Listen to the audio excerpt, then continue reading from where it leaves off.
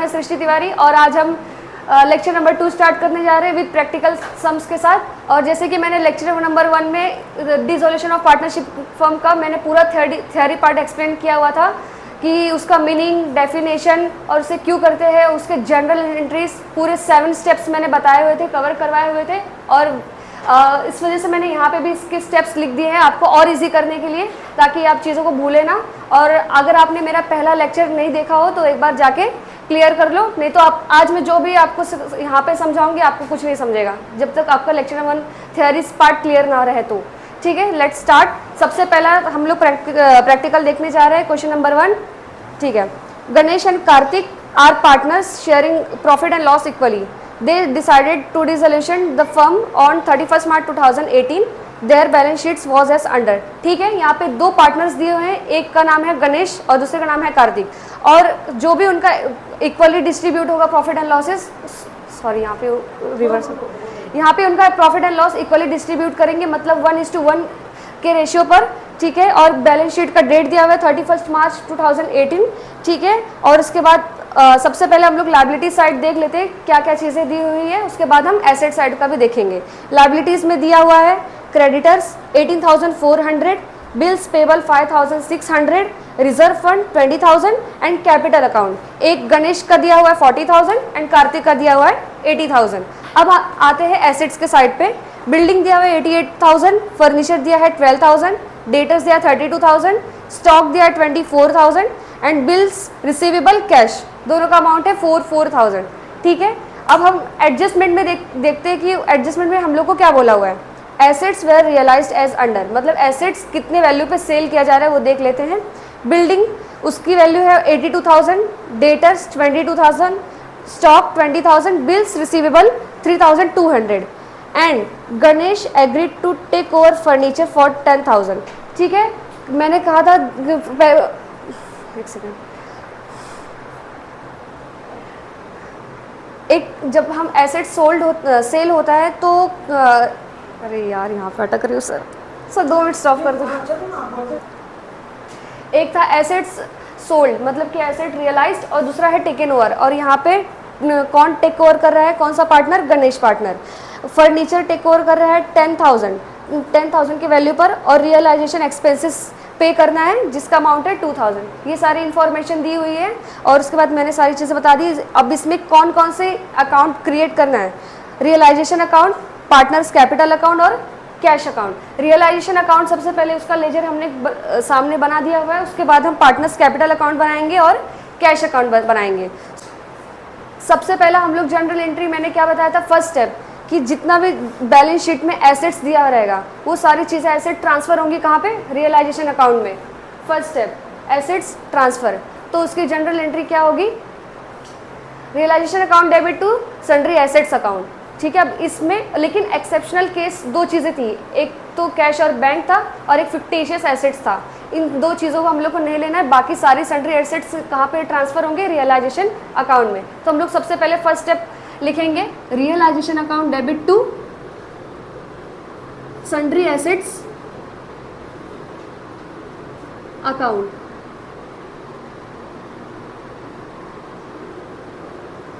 कौन कौन से एसेट्स दिए हुए हैं, building,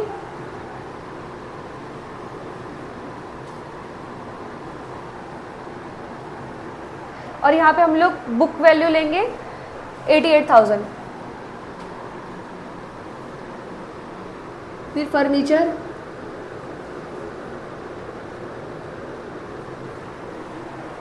12,000, debtors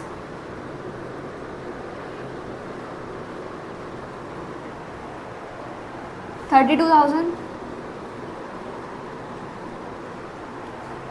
stock 24,000, bills receivable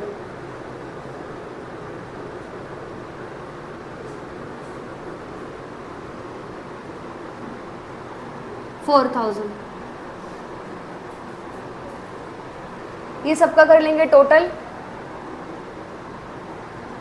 88,000 60,000।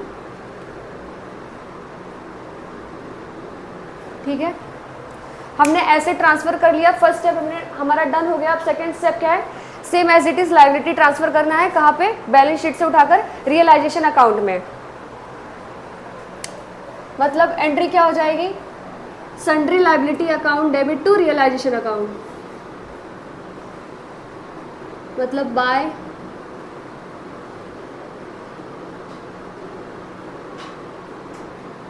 Sundry liability account. कौन कौन सी लायबिलिटी दी हुई है, क्रेडिटर्स और बिल्स पेबल।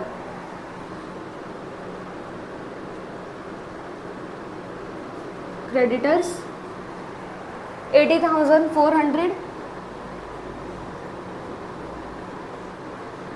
Bills payable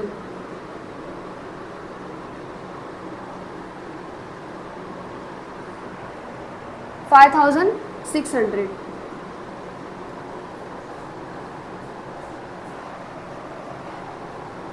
$24,000।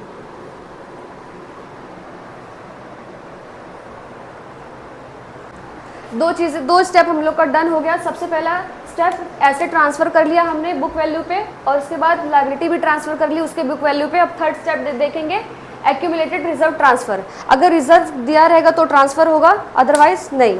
हाँ, तो रिजर्व फंड दिया है। दो चीज़ें हमने ट्रांसफ़र कर दी, दो स्टेप मैंने क्लियर कर दिया। फर्स्ट स्टेप था हमारा एसेट ट्रांसफ़र करना और सेकंड स्टेप था लायबिलिटी ट्रांसफ़र करना। दोनों चीज़ें हो गई। अब थर्ड स्टेप पे जाएंगे। थर्ड स्टेप क्या है हमारा, एक्यूमुलेटेड रिजर्व ट्रांसफ़र। ठीक है, एक्यूमुलेटेड अगर रिजर्व दिया रहेगा तो ट्रांसफ़र होगा, अदरवाइज नहीं। हाँ, लेकिन यहाँ पर दिया हुआ है रिजर्व फंड कितना, 20,000 की वैल्यू पे। लेकिन इसकी जनरल एंट्री, इस जो भी रिजर्व ट्रांसफ़र होगा इक्वली डिस्ट्रीब्यूट होगा पार्टनर्स के कैपिटल अकाउंट में। ठीक है, तो ये रियलाइजेशन अकाउंट में नहीं आएगा, हम जब उसका लेजर बनाएंगे तो वहाँ पे ट्रांसफ़र करेंगे इक्वली रेशियो पे। ठीक है, नेक्स्ट फोर्थ स्टेप पे जाएंगे, एसेट्स सोल्ड। मैंने बोला था कि इसका मेन मोटिव रहता है एसेट ट्रांसफ़र करने का, क्योंकि हम लोग को लायबिलिटी पे करना है, और लायबिलिटी पे करने के लिए हमारे पास कैश का होना बहुत इंपॉर्टेंट है। और कैश का हम लोग जो हमारे जितने भी हमने एसेट ट्रांसफ़र किए हैं वो सब सारी चीज़ों को कैश में कन्वर्ट करेंगे, और उनके रियलाइज्ड वैल्यू पर। ये तो बुक वैल्यू था, अब हम उनकी रियलाइज्ड वैल्यू भी एडजस्टमेंट में दी हुई है, वो भी हम ट्रांसफ़र करते हैं यहाँ पर। तो इसकी एंट्री क्या हो जाएगी, हम लोग एसेट सेल कर रहे हैं और यहाँ पे कैश इंक्रीज़ हो रहा है क्योंकि हमारे पास आ रहा है, तो यहाँ पे जनरल एंट्री हो जाएगी cash account debit to realisation account, मतलब bye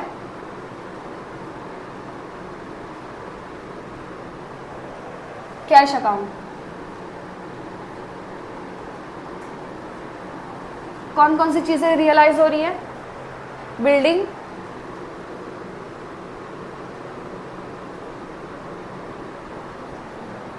$82,000,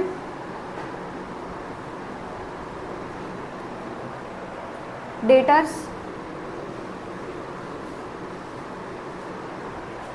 22,000, stock 20,000, bills receivable 3,200।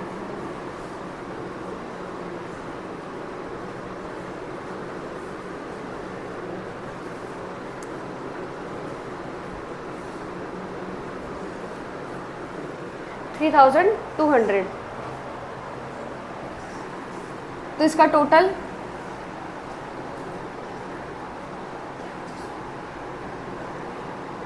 Assets भी रियलाइज हो गया, मतलब फोर्थ स्टेप भी डन है। और उसके बाद अब हम देखते हैं कि पार्टनर से पर्टिकुलर कौन से पार्टनर ने क्या टेक ओवर किया हुआ है। तो यहाँ पे गणेश ने टेक ओवर किया है फर्नीचर, कौन से कितने वैल्यू पे, 10,000 में। तो यहाँ पे सिर्फ हमारा कैश की जगह पे पार्टनर्स कैपिटल का नेम आएगा और बाकी एंट्री सेम रहेगी, मतलब partners capital account debit to realisation account by partners capital account.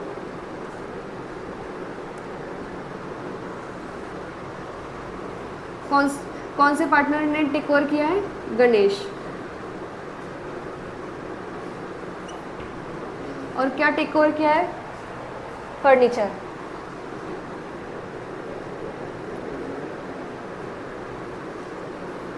10,000 पे।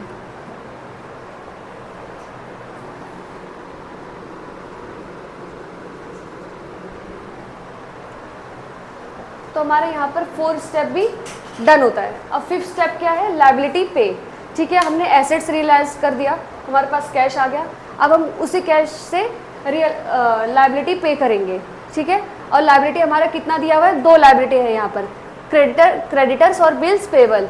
तो जो यहाँ पे ट्रांसफ़र की हुई थी, अब हम इसको डेबिट साइड में लेके जाएंगे। अब इस जितना 2 लायबिलिटी दिया हुआ है उसको पे करेंगे, मतलब 2 sundry liabilities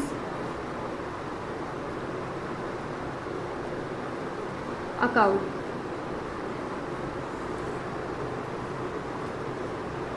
creditors bills payable. क्या वैल्यू है, 18,400, 5,600, टोटल 24,000। फिफ्थ स्टेप भी डन हो गया, लायबिलिटी भी हमने पे कर दिया है। अब 6th स्टेप क्या रहेगा हमारा, क्लोजिंग रियलाइजेशन अकाउंट। पहले हम देख लेते हैं कि सारी चीज़ें हमने कर दी हैं या फिर नहीं। सन्ड्री लायबिलिटी पे कर दिया। नेक्स्ट एडजस्टमेंट में क्या बोल रहा है, एक चीज़ और बची हुई है, रियलाइजेशन एक्सपेंसेस, जिसका अमाउंट दिया हुआ है 2,000। तो हम इसको भी पे करेंगे। यहाँ से हमारा कैश जा रहा है तो कैश की वैल्यू डिक्रीज होगी, मतलब 2 कैश अकाउंट।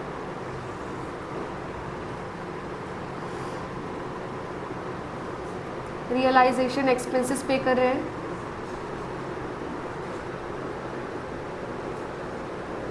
क्या वैल्यू है, 2,000। सॉरी, यहाँ पे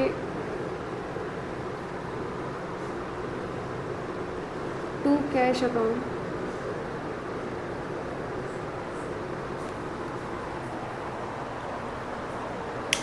रियलाइजेशन एक्सपेंसेस भी पे कर दिया है। रियलाइजेशन एक्सपेंसेस वो एक्सपेंसेस होता है जब हम लोग लायबिलिटी पे एसेट्स सेल करते वक्त जो भी एक्सपेंसेस हमारे होते हैं उसी को रियलाइजेशन एक्सपेंसेस बोलते हैं। ठीक है, वो भी हमने पे कर दिया है। अब और क्या, फिर हमारा 7th स्टेप आ जाता है, 6th step, closing realisation account. अब हम इसको क्लोज करते हैं कि कौन से साइड का हमारा टोटल ज़्यादा आ रहा है, मतलब डेबिट साइड का टोटल ज़्यादा आ रहा है या फिर क्रेडिट साइड का टोटल ज़्यादा आ रहा है।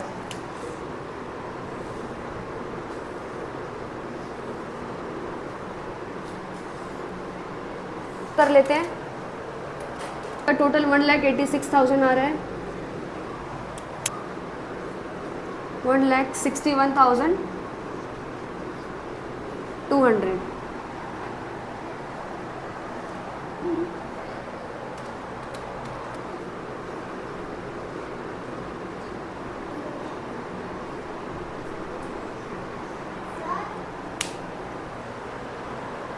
हम लोग का डेबिट साइड का टोटल कितना आ रहा है, 1,86,000, और क्रेडिट साइड का टोटल आ रहा है 1,61,200।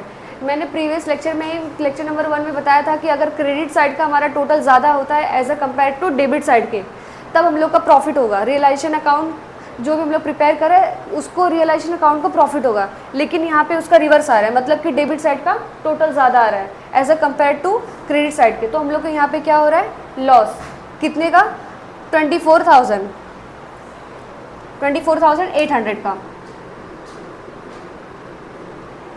ठीक है, अब जो भी हमारे डेबिट साइड का टोटल ज़्यादा है तो यहाँ क्रेडिट साइड में हम लोग लिखेंगे bye partners capital account.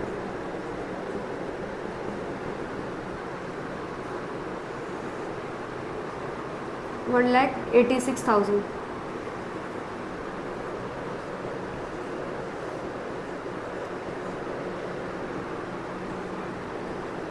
Ganesh and Kartik.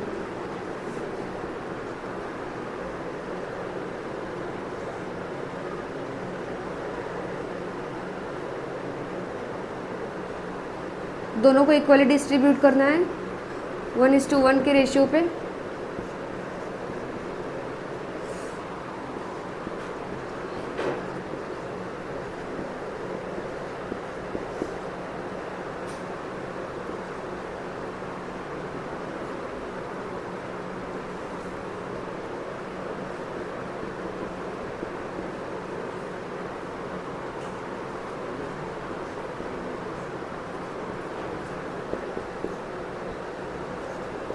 $12,400, $12,400।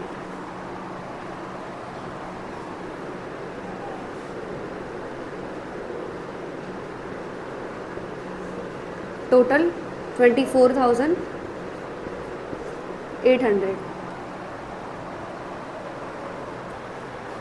दोनों भी पार्टनर्स को मैंने इक्वली रेशियो में लॉस भी डिस्ट्रीब्यूट कर दिया है। 12,400, 12,400। अब ये लॉस हम लोग कहाँ पे ट्रांसफ़र करेंगे? उनके पार्टनर्स कैपिटल अकाउंट में। ठीक है, अभी तो ये हम लोग ने रियलाइजेशन अकाउंट का लेजर क्रिएट किया है, अब हम पार्टनर्स कैपिटल अकाउंट का लेजर और कैश अकाउंट का लेजर बनाएंगे। ठीक है, फिर उसमें पोस्टिंग करेंगे सारी चीज़ों का। सारा चीज़ें देखा था और रियलाइजेशन अकाउंट्स में दोनों भी पार्टनर्स को लॉस हुआ था। और कितने का लॉस हुआ था? एक को 12,400, दूसरे को भी 12,400, क्योंकि उनका प्रॉफिट एंड लॉस रेशियो भी 1:1 का था, इसलिए लॉस भी इक्वली ट्रांसफ़र होगा। अब हम पार्टनर्स कैपिटल अकाउंट बनाए, उसका लेजर बनाया है, और दूसरे वाले का कैश अकाउंट का। और जितने भी रियलाइजेशन में पार्टनर्स कैपिटल अकाउंट और कैश अकाउंट का एंट्री हुआ है, वो सारी चीज़ें कहाँ पे, इसका सेकेंड इफेक्ट यहाँ पे पोस्टिंग होगी। ठीक है, तो अगर आप रियलाइजेशन अकाउंट को नहीं भी देख रहे हो तो भी अगर आपको जनरल एंट्री एकदम अच्छे से, ये स्टेप्स 7 स्टेप्स आपको अच्छे से याद है, तो भी आप इजीली यहाँ पे पोस्टिंग कर सकते हो। ठीक है, और सबसे पहले पार्टनर्स कैपिटल अकाउंट में हम लोग कहाँ से शुरुआत करते हैं? By balance brought down. उनका ओपनिंग बैलेंस मतलब उनका कैपिटल कितना है, कितना वो लोग लेकर आए हुए थे। गणेश लेकर आया था कितना? 40,000 और कार्तिक 80,000।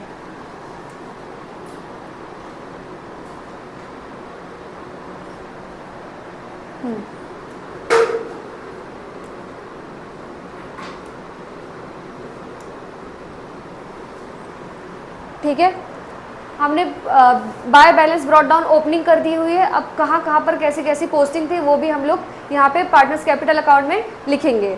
ठीक है, तो सबसे पहले हमने टू रियलाइजेशन अकाउंट, कौन से पार्टनर्स ने? गणेश पार्टनर ने फर्नीचर टेक ओवर करके लेके गया हुआ था, तो उसका यहाँ पे सेकंड एंट्री दिखाएंगे। मतलब टू रियलाइजेशन अकाउंट, गणेश ने टेक ओवर किया था फर्नीचर 10,000 पे। अगर आप लोग को कंफ्यूजन रहेगा तो आप लोग ब्रैकेट में लिख देना furniture.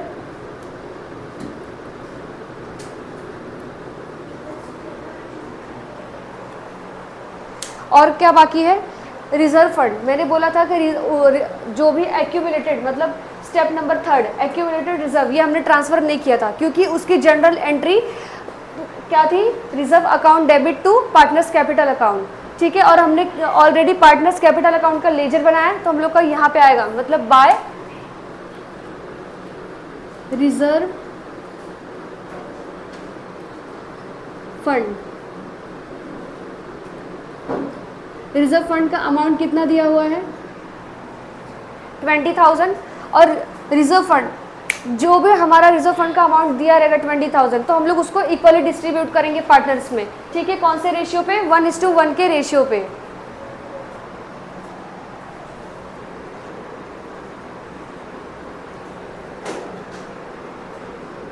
One is to one का रेशियो दिया हुआ है, मतलब हर एक को 1:1 डिवाइड बाई 2 20,000 गणेश को मिलेगा, और कार्तिक को भी सेम 1 डिवाइड बाई 2 इंटू 20,000।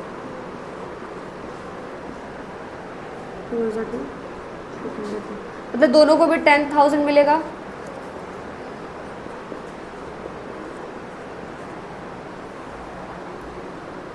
ठीक है, 10,000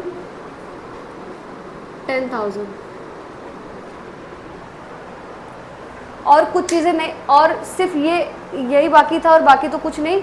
मतलब टू रियलाइजेशन अकाउंट गणेश ने फर्नीचर टेक ओवर किया था, इसलिए हमने उसके कॉलम में 10,000 लिख दिया हुआ है। अब इसको हम लोग बैलेंस को करेंगे क्लोज और देखेंगे कौन से साइड का बैलेंस ज़्यादा आ रहा है, मतलब डेबिट साइड का या फिर क्रेडिट साइड का। तो यहाँ पे क्रेडिट साइड का टोटल ज़्यादा आ रहा है,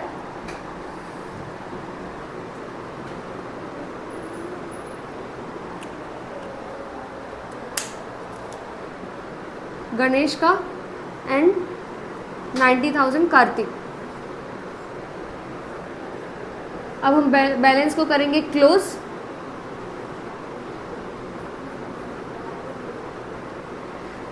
$50,000 किसका कैपिटल था? गणेश का। अब गणेश ने 10,000 का फर्नीचर टेक ओवर किया है, तो फर्म कोई भी पर्टिकुलर एसेट्स अगर फर्म के कोई भी पर्टिकुलर पार्टनर है लेके जा रहा है तो उसको फ्री में तो देगी नहीं।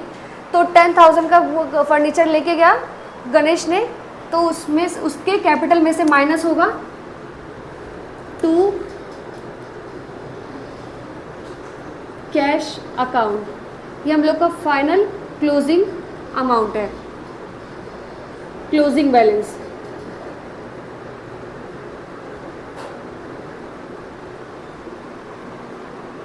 $40,000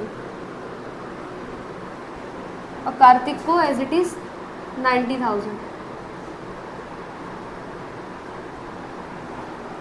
सर एक मिनट स्टॉप करो।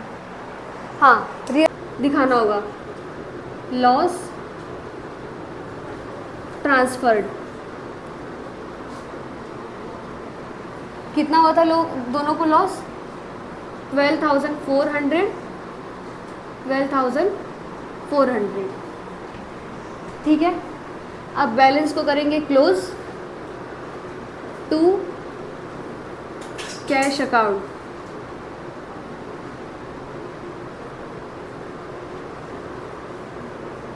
क्लोजिंग बैलेंस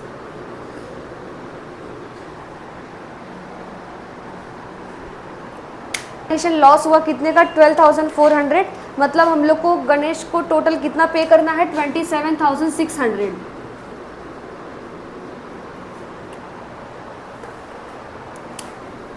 $27,600 गणेश को पे करना है, उसका फाइनल अमाउंट।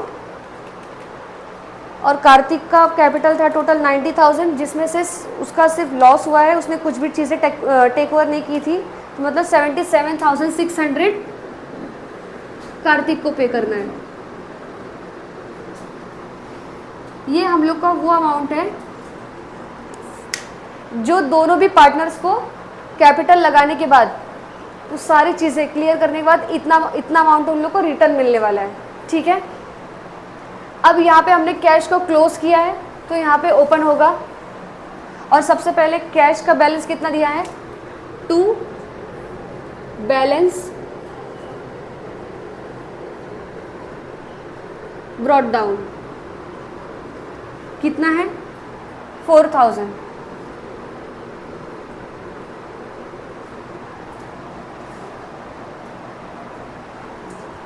और कहाँ कहाँ कैश यूज़ हुआ है? यहाँ से हम लोग क्लोजिंग बैलेंस ट्रांसफ़र करेंगे bye partners capital account. Ganesh 27,600, Kartik 77,600, 1,05,200। ठीक है, और कहाँ पर यूज़ हुआ था? कैश से, मतलब वहाँ पे टू कैश अकाउंट था, तो यहाँ पे कैश के लेजर में बाय रियलाइजेशन अकाउंट होगा। बाय रियलाइजेशन अकाउंट कितना? 24,000। और उसके अलावा बाय रियलाइजेशन, ये कौन सा पेमेंट है? पेमेंट क्या होता है? हमने डिसोल्यूशन एक्सपेंसेस पे किया था, जिसको रियलाइजेशन एक्सपेंसेस बोलते हैं। कितने का? 2000 का। ठीक है,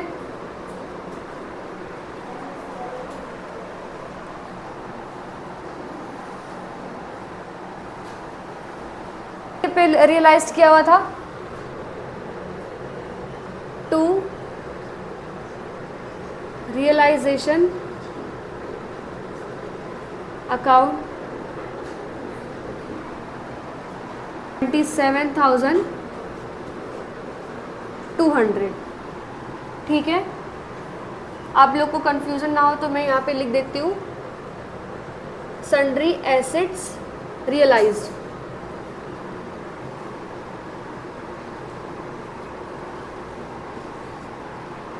ये उस चीज़ का अमाउंट है। अब हम बुक को करेंगे क्लोज कैश अकाउंट के 200। यहाँ पे भी सेम 1,31,200। हमने सिर्फ क्या किया, ये सारे स्टेप्स को फॉलो किया और क्वेश्चन नंबर 1 हमने इजीली सॉल्व किया था। जैसे जैसे जो स्टेप में बोला था, मतलब सबसे पहले हमने एसेट्स को ट्रांसफ़र किया बैलेंस शीट में से रियलाइजेशन अकाउंट में, फिर as it is same liability भी ट्रांसफ़र किया, फिर थर्ड स्टेप हमने क्या किया, एक्यूमुलेटेड रिजर्व ट्रांसफ़र किया, जो कि हमने पार्टनर्स कैपिटल में किया हुआ था, क्योंकि रिजर्व एक ऐसा अमाउंट है जो एक टाइम पे सेव करके रखा हो जाता है, कल को कुछ भी कोई भी प्रॉब्लम हो कंपनीज़ को तो वो रिज़र्व को यूज़ कर सके। तो ये रिज़र्व जो रिज़र्व का अमाउंट है दोनों पार्टनर्स में इक्वली डिस्ट्रीब्यूट होता है एज उनके दिए हुए रेशियो पर। और उसके बाद फोर्थ स्टेप हमने एसेट सोल्ड किया। एसेट्स सोल्ड करने के बाद हम लोग का मेन मोटिव था कि वो एसेट्स को कैश में कन्वर्ट करने के लिए, ताकि हम लोग लायबिलिटी को, आउटसाइडर लायबिलिटी हो या फिर इनसाइडर लायबिलिटी, दोनों भी लायबिलिटी को पे कर सके। और उसके बाद इफ़ इन केस अगर एसेट्स को टेक ओवर किया गया हो, और इस क्वेश्चन में टेक ओवर का भी कंसेप्ट था, और हमने टेक ओवर का भी मैंने दिखा दी कि कैसे कैसे करना था वो सारी चीज़ें, और सेम एज इट इज़ उसका यहाँ पे कैसे कैसे इफेक्ट आएंगे, और वो सारी चीज़ें मैंने क्लियर किया। फिर फिफ्थ स्टेप, लायबिलिटी, मैंने जो भी हम लोग को कैश मिला था उस कैश से हमने लायबिलिटी को पे कर दिया। डिस्चार्ज का कंसेप्ट इसमें नहीं दिया हुआ था कि कोई भी एक पर्टिकुलर फर्म का पार्टनर, इसमें कंसेप्ट नहीं दिया हुआ है, और उसको हम लोग नेक्स्ट क्वेश्चन में देखेंगे। अगर डिस्चार्ज का कंसेप्ट कब आता है, अगर कोई भी फर्म का एक पर्टिकुलर पार्टनर बोलता है कि जिस तरह से मैं एसेट्स टेक ओवर कर रहा हूँ सेम एज इट इज़ मैं लायबिलिटी को भी टेक ओवर करने के लिए रेडी हूँ। ठीक है, तो इस क्वेश्चन में वो केस हम लोग को नहीं देखा गया, तो हम लोग नेक्स्ट लेक्चर में देख लेंगे। उसके बाद six step, closing realisation account. Closing realisation account में हमने क्या किया, डेबिट साइड का टोटल किया, उसके बाद क्रेडिट साइड का टोटल किया, फिर उन दोनों को कंपेयर किया कि हम लोग को प्रॉफिट हो रहा है या फिर लॉस। तो यहाँ पे मैंने बताया था कि उसमें दो इफेक्ट था। इन केस अगर क्रेडिट का बैलेंस डेबिट के बैलेंस से ज़्यादा है तब जाके रियलाइजेशन अकाउंट को प्रॉफिट होता है, लेकिन यहाँ पे उसका रिवर्स केस था, यहाँ पे डेबिट का बैलेंस ज़्यादा आ रहा था as a compare to credit side के। तो दोनों भी पार्टनर्स को लॉस हुआ था। कितने अमाउंट का, 12,400 मतलब टोटल अमाउंट 24,800 उनको मैंने उनके इक्वली रेशियो पे डिस्ट्रीब्यूट कर दिया। ठीक है, वहाँ तक हमारा रियलाइजेशन का कंसेप्ट क्लियर होता है। फिर उसके बाद मैंने आपको पार्टनर्स कैपिटल अकाउंट का लेजर बनाया और उसका कैश अकाउंट का लेजर बनाया। जो पोस्टिंग हमने रियलाइजेशन अकाउंट में एक इफेक्ट पे दिया हुआ था वो सारी पोस्टिंग उसका सेकेंड इफेक्ट मैंने यहाँ पर दिखाया। अगर आप लोग का जनरल एंट्री का ये 7 स्टेप्स क्लियर है तो आप लोग ये डिसॉल्यूशन ऑफ पार्टनरशिप फर्म का सिंपल केस, मतलब सिंपल डिसॉल्यूशन का केस इजीली सॉल्व कर सकते हो।